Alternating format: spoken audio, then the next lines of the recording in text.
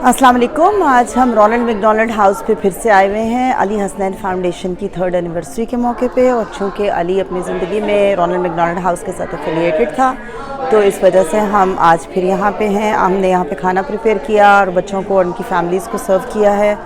और यहाँ पे आके मुझे बहुत सुकून मिलता है और मुझे ऐसा लगता है कि जैसे मेरा बेटा मेरे साथ साथ यहाँ पे सब कुछ कर रहा है। और इन बच्चों को देख के और इनके चेहरे पे मुस्कुराहट देख के, इनकी तकलीफ़ों को देख के मैं अपनी तकलीफ़ भूल जाती हूँ।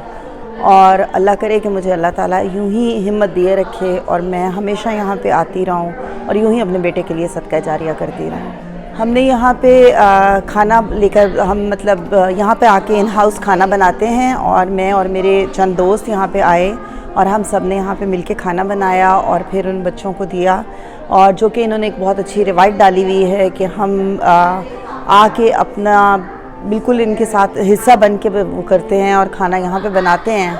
तो एक बड़ा ख़ूबसूरत मेरे ख़्याल में तजर्बा है और ज़्यादा अपनाइयत का एहसास होता है। और फिर बड़ा अच्छा लगता है कि जब हम उनके साथ बैठ के मिल के खाना खाते हैं और उनको अपने भी बल्कि खानों से मुतारफ़ कराते हैं तो उनको बड़ा पसंद आता है। मैं जी चूँकि मेरा बेटा, जैसे मैंने पहले भी बारहा कहा है, कि अपनी ज़िंदगी में मुख्तलिफ़ चैरिटीज़ के साथ जुड़ा हुआ था, तो जैसे मैं रोनल्ड मैकडॉनल्ड हाउस के लिए आज मेरे जहाँ पे जो दोस्त आए उन्होंने जितना भी फ़ंड्स जो भी दिए उन्होंने डायरेक्टली रोनल्ड मैकडॉनल्ड हाउस को दिए।